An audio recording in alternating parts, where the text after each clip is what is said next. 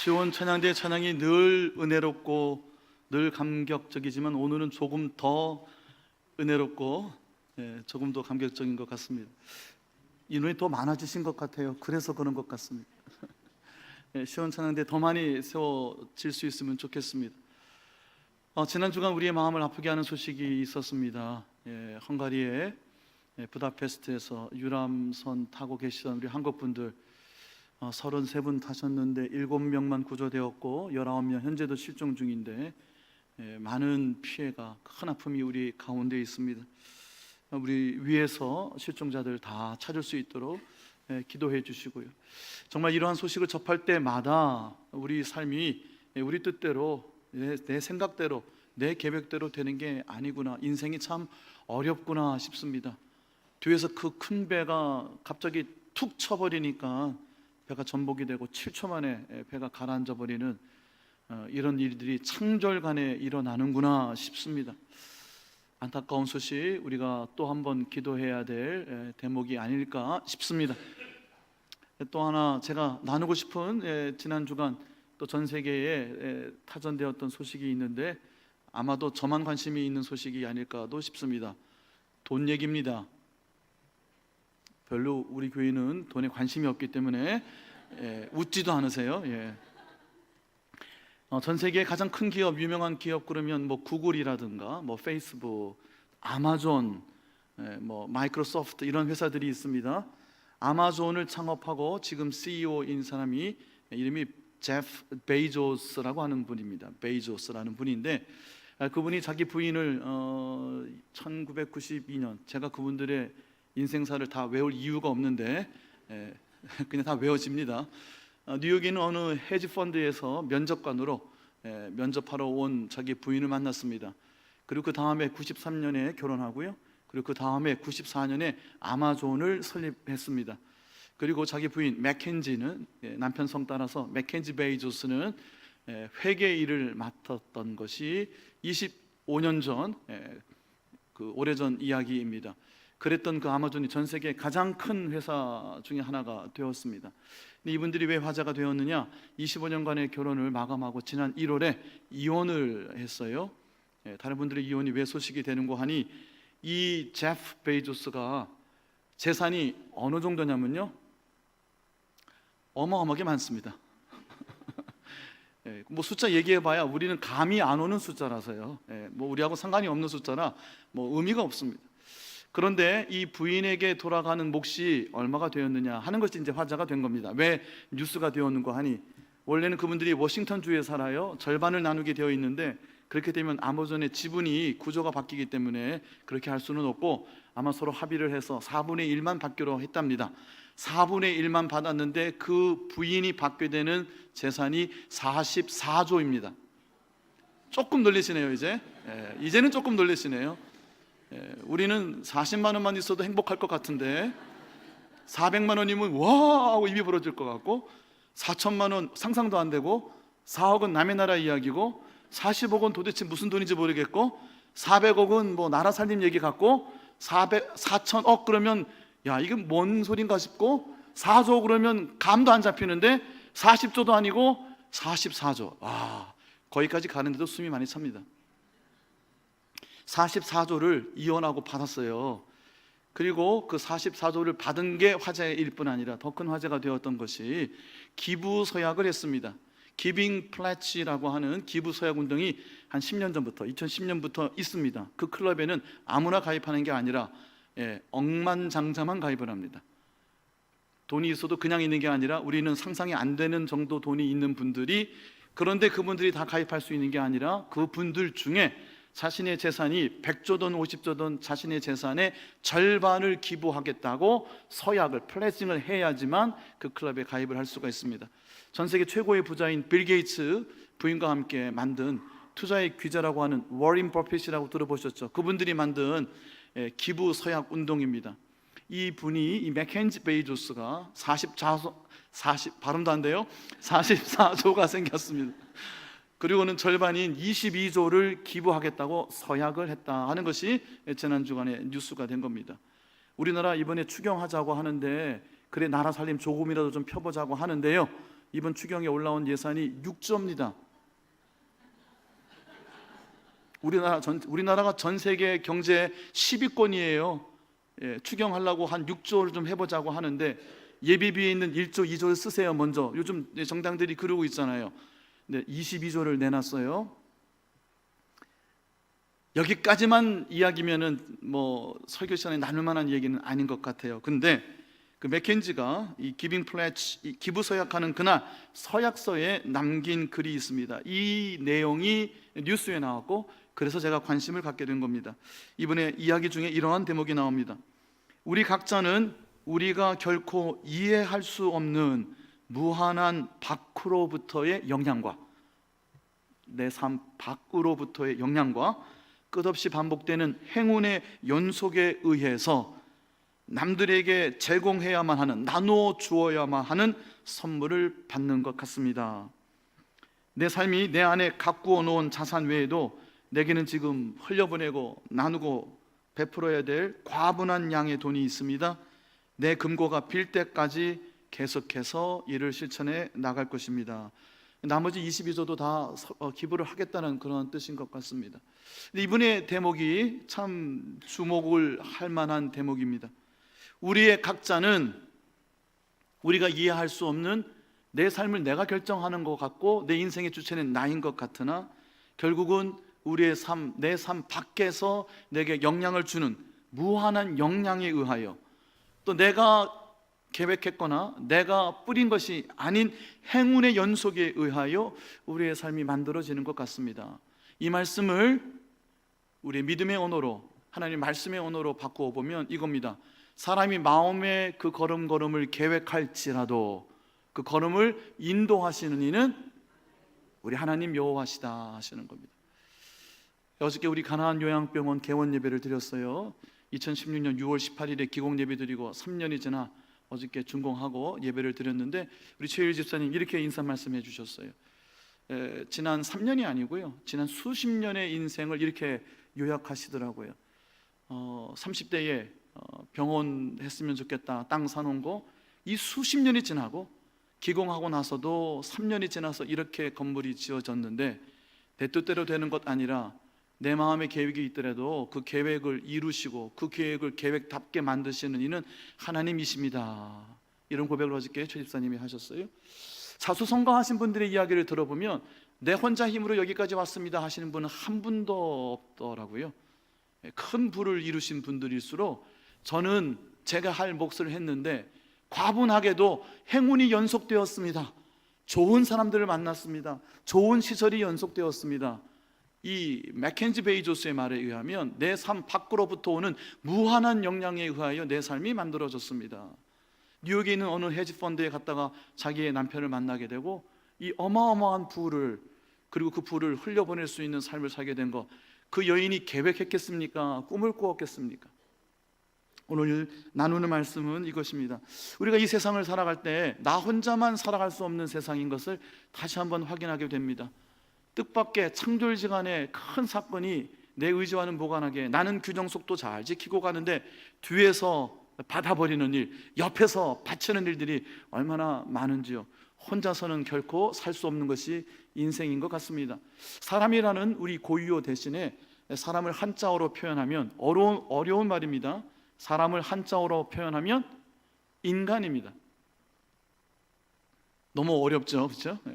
인간이라는 한자어는요, 사람 인자에 사이간자를 씁니다. 사이간자, 사람 사이에 있는 존재가 사람이라 하는 뜻입니다. 인생은 혼자 살 수가 없는 거죠. 사람들 사이에 있는 그 존재가 바로 인간이요 사람이다 하는 것이죠. 인간이라는 말 자체가 원래는 인생세간이라는 말에서 왔습니다. 인생세간이라는 말은 사람이 살아가는 이 세상이라는 뜻입니다. 신들이 있는 천계의 영역과 대비되는 사람이 모여 사는 이 땅에 인간계를 지칭할 때, 세상을 말할 때 인간 세상 이렇게 이야기했던 겁니다. 인생세간 이렇게 이야기했던 겁니다.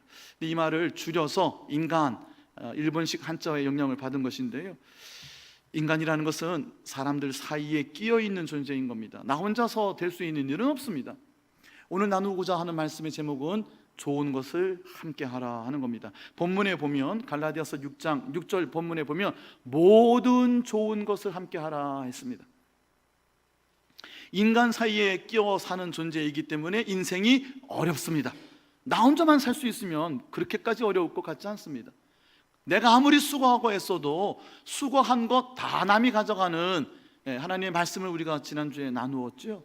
내가 수고한 대로만 먹을 수 있어도 참으로 복된 것이고, 수고한 것 이상을 100배라는 것은 온전하게 더 풍성할 수 없을 만큼 충만히 하나님께서 거두게 하시는 것도 나와는 무관한 이 사람들 사이에서 일어나는 일입니다. 인생의 문제는 사람들 사이에 있는 문제입니다. 우리는 믿음을 가지고, 예수님 믿는 믿음, 하나님의 자녀로 이 사람들 사이에서, 인생 세간에서 어떻게 살아야 되겠습니까? 하는 질문을 드려보고 싶습니다. 모든 좋은 것을 함께 하라 하셨습니다. 좋은 것을 사람들 사이에서 좋은 것 함께 하고 좋은 것 나누는 것이 오늘 말씀의 결론입니다. 이 말씀의 결론에 가기 전에 먼저 우리 갈라디아서 6장 6절에서 10절까지 읽었는데요, 사실은 1절부터 함께 읽고 싶었습니다. 본문이 길어서 조금 줄였는데, 갈라디아서 6장 1절 첫머리에 보면 5절까지 이러한 말씀이 나옵니다. 남의 허물을 보았을 때에, 실수하는 다른 사람들을 보았을 때에 모른 척하지 마라, 무관심하지 마라, 방관하지 마라, 외면하지 마라. 너 혼자만 잘 산다고 되는 것 아니다. 누군가가 아파합니다. 누군가가 실수합니다. 누군가가 허물이 있습니다. 그러면 6장 1절에 보니까 저들의 허물을, 심지어는 범죄라고 되어 있습니다. 죄가 책임이 무거울 때 그것을 바로 잡아 주어야 된다. 인생 사이, 인간들 사이 우리가 어떻게 살아야 합니까? 다른 이들의 실수와 잘못, 허물을 보고 외면하지 않고 그것을 바로 잡는다. 자, 이 바로 잡는다는 것의 말씀이 1절에서 5절까지 나와 있습니다. 혼자서는 살 수 없으니 사람들 사이에서 우리가 각각 서로의 짐을 나누어질 수 있어야 된다 하는 말씀입니다. 그 말씀이 2절에 있습니다. 너희가 짐을 서로 지라. 서로의 짐을 함께 지라 하는 겁니다. 그리하여 그리스도의 법을 성취하라. 여기서의 그리스도의 법은요, 율법과 대비되는 말씀입니다. 율법과 대비되는 예수 그리스도가 제정하신 법은 어떤 법이죠? 사랑의 법이에요. 사랑의 법. 율법이 아닌 사랑이라고 하는 새로운 삶의 원리입니다. 인간은요, 사람들 사이에 있는 존재가 인간입니다. 사람들 사이에서 율법으로 살던 시대가 있었습니다. 법으로, 규칙으로, 명령으로, 조례와 율례로 살 때가 있었습니다. 그런데 예수님 믿는 사람들은 사람들 사이에서 무엇을 원리로 살아가느냐? 사랑의 법으로 살아가는 겁니다. 삶의 원리가 바뀌는 겁니다. 그 사랑의 원리는요, 그 사랑의 법은요, 누군가가 허물지고 실수할 때, 그릇된 길로 갈 때, 아파할 때 저들이 다시 하나님과의 관계가 회복될 수 있도록 저들의 짐을 함께 나누어지는 것을 의미합니다. 여기서의 짐은요, 헬라어로 바로스라고 되어 있는데 weight, 무겁다는 뜻입니다. 원래 뜻 자체가 짐은 무거운 거예요. 그러니 실수한 거, 잘못한 거, 문제 있는 거, 그것을 책임질 것이 무거운 거예요. 우리는 다 수고하고 무거운 짐을 우리 양 어깨 위에, 머리 위에 이고 지고 살아가는 것이 인생입니다. 그런데 내 짐이 무거우니, 내 어깨가 무거우니, 등이 굽었으니 내 인생만 보고 살아가기도 힘겨워요, 버거워요 하지 말고, 그것은 이 세상 사람들이고, 우리 믿는 사람들은 서로의 짐을, 내 어깨 위에 있는, 내 등에 있는 짐뿐이 아니라 다른 이들의 서로의 짐을, 그 무거운 죄의 책임을 함께 나누어지라 하는 겁니다. 이것은요, 누군가의 잘못을 바로잡기 위해서 비판하고 정죄하고 지적하라는 말씀이 아닙니다. 1절에서 5절까지에 있는 이 말씀, 잘못을 바로잡아 주라, 서로의 짐을 지라고 하는 말씀은 한 10% 나온다면은 나머지 90%가 그러기 때문에, 그러기 위하여 먼저 내 자신의 짐을 지어라, 각각 자기의 짐을 먼저 지라고 말씀해 주십니다. 나도 실수할 수 있고요, 나도 잘못할 수 있고요, 나도 허물 가운데, 죄 가운데 있다는 겁니다. 누군가가 아파해요, 누군가가 문제가 있어요. 그것을 마치 내가 겪는 것처럼 나도 그리 될 수 있음을 두려워하는 마음으로 바라보기 때문에 그 아픔을 함께 아파하는 겁니다. 함께 공감하는 거예요. 그리고 그것을 너그럽게 관용함으로 받아들일 수 있는 겁니다. 나와 무관한 것은 용납하기가 그렇게 어렵지 않을 수도 있겠으나 나랑 관련된 것은 쉽지가 않죠. 그럼에도 우리가 각각의 짐을, 내 짐을 먼저 지고 자신을 먼저 살피라 하는 것은 나도 똑같은 실수와 잘못, 허물 속에 있을 수 있으니 선줄로 된 줄로 생각하지 말고 내 짐을 먼저, 내 몫을 먼저 책임을 질 수 있어야 된다 하는 말씀입니다. 나만의 삶에 갇히지 말고 그러나 다른 사람의 짐을 질 수 있도록, 서로의 짐을 함께 책임질 수 있기 위하여 내 짐을 먼저 지라고 말씀해 주시는 겁니다. 6장 1절의 말씀 우리 함께 한 목소리로 한번 읽어볼까요? 갈라디아서 6장 1절입니다. 자막이 있습니다. 함께 읽습니다. 형제들아, 사람이 만일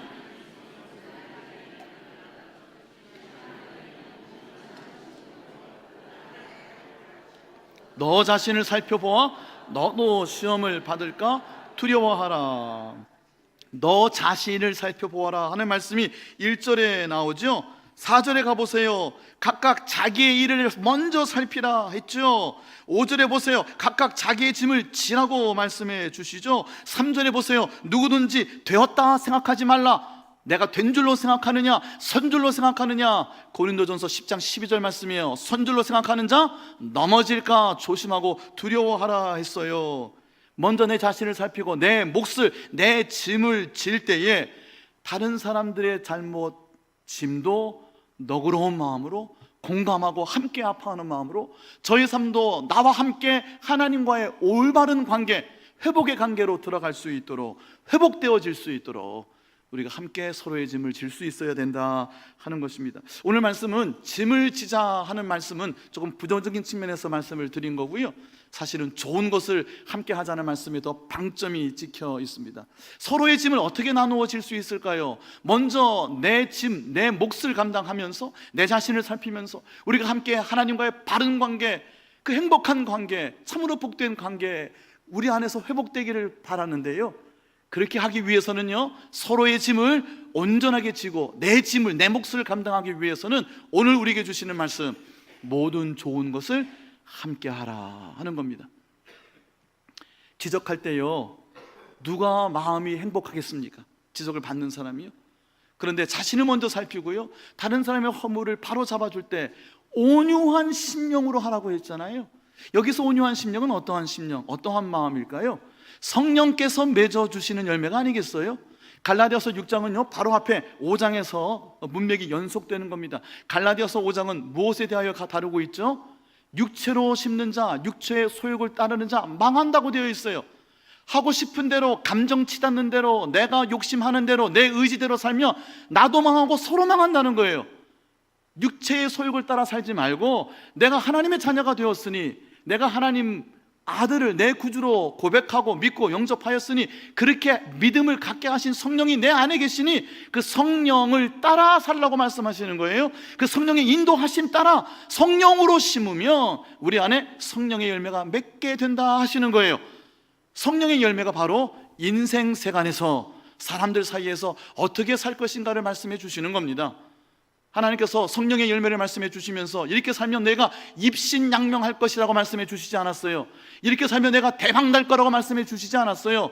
이 성령의 열매를 품고 살면 인생 세간에서 사람들 사이에서 가장 행복하고 가장 복된 삶을 살게 될 것이라고 약속해 주셨어요. 어떻게 사는 것일까요?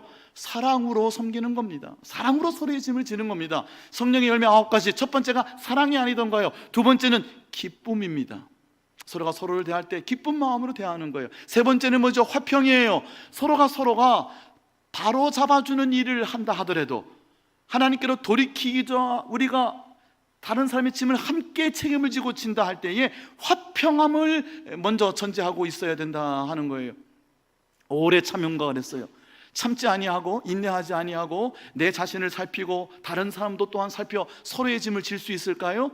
오래 참음이 있어야 됩니다. 그리고 자비함과 그랬어요. 자비는 너그러운 것이에요. 넉넉해야 됩니다. 나도 똑같은 실수가 있을 수 있으니 같은 마음, 같은 공감을 가지고 함께 우리가 하나님께로 회복되자고 권면해야 되는 거예요. 양선이라고 그랬어요. 구체적인 선을, 현실적인 실질적인 도움을 나눠주는 걸 말해요. 충성이라고 그랬어요. 진실함으로 상대방을 대해야 됩니다. 인생 사이에 다른 사람과의 관계에서 내 유익을 위하여 내가 하고 싶은 대로 사는 것 아니라, 남을 이용하는 것이 아니라 누구에게도 사람들 사이에서 충성되게, 진실되게, 정직하게 살라고 하는 겁니다. 온유와 절제라고 마지막 열매를 말씀해 주셨어요. 누군가의 잘못을 바로잡을 때에, 서로의 짐을 질 때에, 나 자신을 살필 때에 온유함으로, 절제함으로 감당하라고 말씀해 주시는 겁니다. 이 모든 것이 내 안에 성령께서 말씀하여 주시는 대로, 성령께서 이 모든 생각을 품을 수 있도록, 이 모든 의지를 가질 수 있도록 성령의 열매가 내 삶 가운데 맺히게 해주세요. 내가 살아가는 삶 가운데, 이러한 열매 가운데 행복한 삶 살게 해주세요. 성령의 소욕을 품으라고 말씀해 주시는 겁니다. 그리고 6절에 넘어가는 거예요. 모든 좋은 것을 함께 하라. 그 첫 번째가요, 말씀 사역자, 하나님께서 영적인 사역에 전념하도록 불러주신 교육자들, 저들과 함께 모든 좋은 것을 함께 하라고 제일 먼저 알려주셨어요. 교육자들과 친하게 지내시기를 바랍니다. 싫으세요? 가깝게 지내셔야 돼요. 어떻게 해요? 아끼셔야 돼요. 사랑하고 존중하고 아끼고 귀하게 여기고, 교육자들과 함께, 말씀 사역자들과 함께 모든 좋은 것을 늘 풍성히 나누시기를 예수님의 이름으로 축복합니다. 그렇게 해야 그게 여러분의 복이 되는 겁니다. 문제가 있어요. 하나님께서 바로 잡아주실 거예요.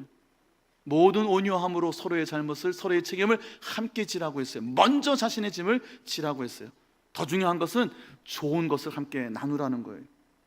좋은 것을 나누면 여러분의 삶에 좋은 곳으로 심어 좋은 곳으로 거두게 될 줄로 믿습니다. 이어지는 7절 말씀이, 하나님을 없이 여기지 마라. 나를 존중히 여기는 자에게 내가 존중히 대하고 나를 멸시하는 자에게 내가 경멸하리라. 사무엘상에 주시는 말씀이에요. 하나님을 존중히 여겨야 돼요. 하나님 세우신 사역자들을 귀하게 아끼고 사랑하고, 그리고 모든 좋은 것을 함께 나눌 수 있어야 돼요. 모든 좋은 곳으로 심으면 심은 대로 거두게 되나니 그랬어요. 앞선 5장이, 갈라디아서 5장이 육체의 일과 성령의 일 두 가지를 대비해서 말씀해 주신다고 설명해 드렸는데요, 육체로 심는 자는 무엇을 거둘까요? 육체로 거두는 겁니다. 육체는 어떻게 되는 겁니까? 썩는 겁니다. 썩어질 것으로 심어 썩어질 것으로 거둔다는 겁니다. 자신의 능력을 심으면 자신만 나와요. 자신의 의지를 심으면 그 의지만 나와요. 그런데 그것은 썩어지는 것이라는 겁니다. 이 세상 혼자 살아갑니까? 못 삽니다. 뒤에서 와서 받습니다. 옆에 와서 받칩니다. 다른 사람들의 영향에 의해서, 거듭되는 행운에 의해서, 하나님의 인도하심에 의해서 내 삶이 결정된다고 하셨습니다.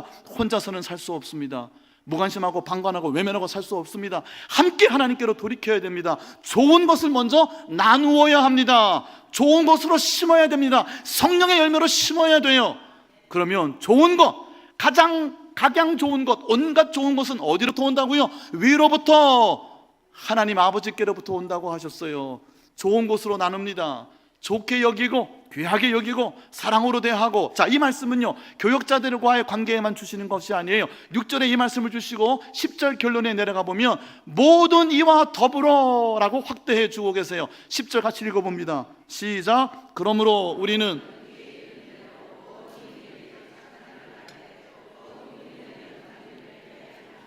기회 있는 대로, 기회가 있든지 없든지 늘 언제나 라는 거예요.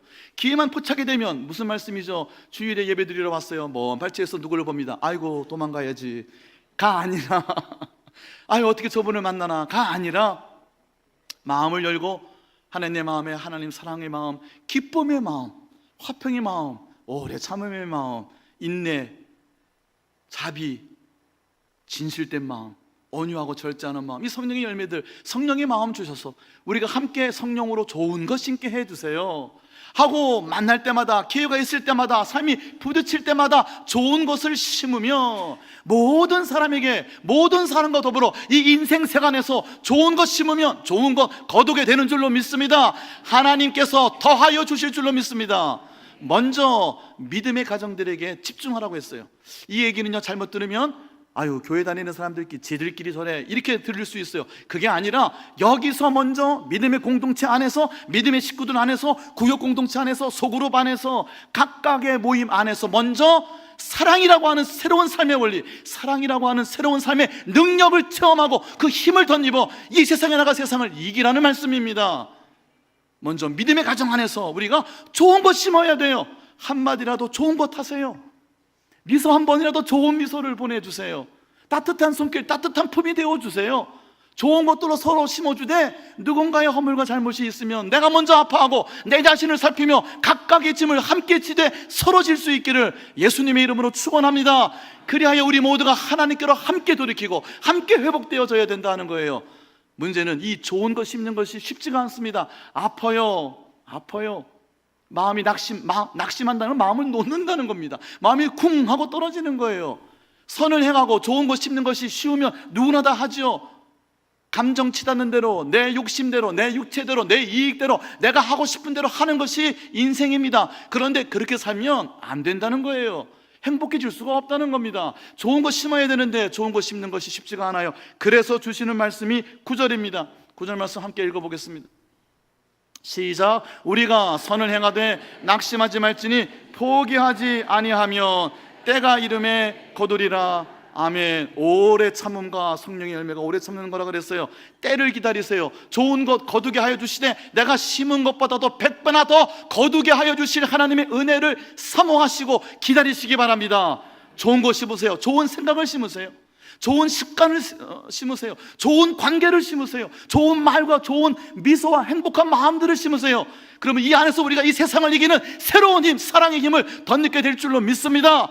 그리해서 세상에 나가 세상을 이길 것 아니겠어요? 믿음의 가정들에게 더욱 그리하라. 말씀을 전하는 사람들에게 더욱 그리하라. 우리가 함께 좋은 곳으로 심어야 영생을 거두게 되는 줄로 믿습니다. 썩을 것 육체로 심는 자 육체밖에는 못 거두니 성령으로 심는 자 무엇을 거둔다고요? 영원한 생명, 영생을 거둔다고 말씀해 주셨어요. 8절 말씀 같이 읽어봅니다. 시작. 자기의 육체를 위하여 심는 자는 육체로부터 썩어질 것을 거두고 성령을 위하여 심는 자는 성령으로부터 영생을 거두리라. 영생은 영원한 생명입니다. 죽음 이후에 육신의 장막을 벗고 하나님의 거룩한 품에 영생 복락하여 하나님과 함께 이 세상을 다스리게 되는 것을 말해요. 그런데 그것은 죽음 너머에 있잖아요. 그 영원한 생명이 현실에서 어떻게 확인될 수 있습니까? 우리가 우리 안에서 좋은 것을 심을 때, 우리가 우리 안에서 좋은 것을 낙심하지 아니하고 포기하지 아니하고 오래 참음으로 좋은 것으로, 가장 좋은 것으로 성령으로 심을 때 결국 하나님께서 영원한 생명을 우리의 현실 가운데 드러내 보여주시는 줄로 믿습니다. 사도행전 2장에 보면 초대교회가 그랬어요. 처음 교회가 그랬어요. 저들이 믿는 자들이 다 함께 한 자리에 있어. 기도하는 자리에 함께 모이는 거예요. 예배하는 자리에 함께 모이는 거예요. 봉사하는 자리에 함께 모이는 거예요. 믿는 자들이 다 함께 한마음 되어 한 자리에 모여 서로가 서로의 필요에 따라 서로의 물건을 통용하고 서로 나누었었어요. 그때에 그 초대교회, 처음 교회 사람들에게 주신 그 하나님의 영원한 사랑이 저들에게 폭발적으로 나타나기 시작했으니 거리에 쏟아져 나가 예루살렘 거리에서 박해도 핍박에도 불구하고 십자가에 못 박힌 예수 그리스도의 사랑을 전했던 것이에요. 어떻게? 공동체 안에서 먼저 좋은 곳으로 심고 좋은 곳으로 저들은 풍족해졌기 때문에 가능했던 것입니다. 말씀을 마무리하겠습니다. 누구는 이혼하고 44조를 받아가지고 22조를 뭐 남의 얘기입니다마는 그분이 그런데 이렇게 얘기합니다. 그분이 그냥 가만히 있다가 된 거 아닙니다. 남편하고 함께 창업했어요. 제가 왜 92년, 93년, 94년 그 얘기 왜 했습니까? 함께 창업한 거예요. 자신의 삶이 혼자서는 될 수 없다. 혼자서 여기까지 온 게 아니다. 우리가 함께 외면하지 말고 무관심하지 말고 방관하지 말고 함께 하나님께로 여호와께로 돌이키고 회복될 수 있기를 바랍니다. 그러기 위하여 함께 좋은 것을 심어나가고 좋은 것으로 성령의 열매로 하나님의 영광으로 가득 찬 우리 성령의 공동체 되시기를 예수님의 이름으로 축원합니다. 찬송하겠습니다. 오늘 찬송하기로 되어 있는 것은 조금 어려운 것 같아서요, 오후 예배 때 하도록 하겠습니다. 찬송가 311장입니다.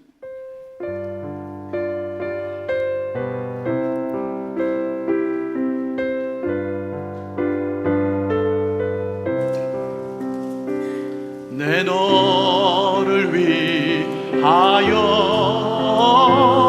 몸 버려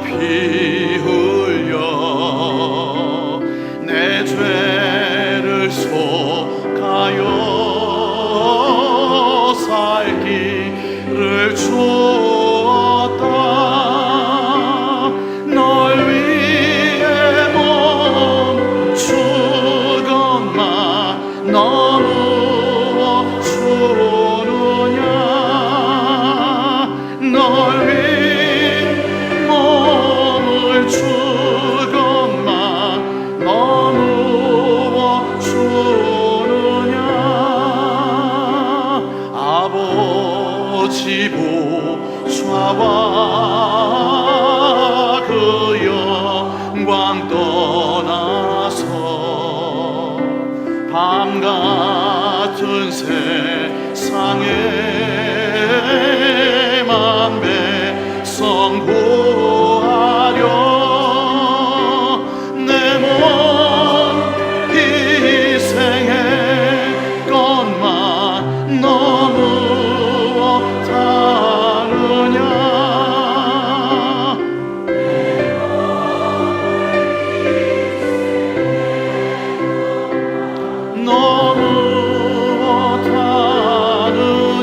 사절하시 자리에서 일어나시고 한없는 용서와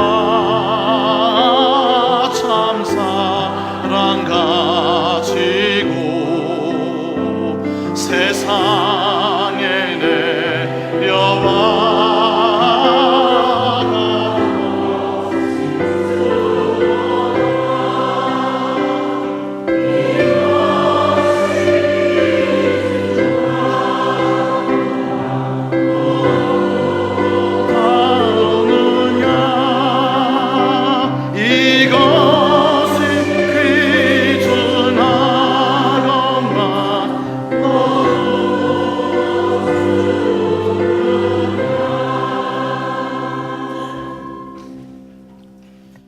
아버지 하나님 감사합니다.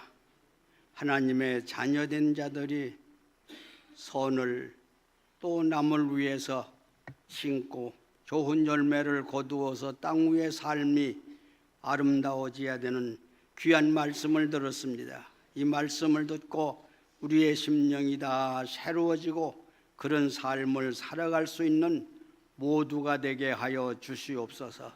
이제는 우리 주 예수 그리스도의 은혜와 아버지 하나님의 크신 사랑과 성령님의 감동하시고 인도하시고 돌보심이 하나님의 은혜 가운데 살기를 소원하는 우리 가운데 항상 같이 계시옵기만을 간절히 축원하옵나이다. 아멘.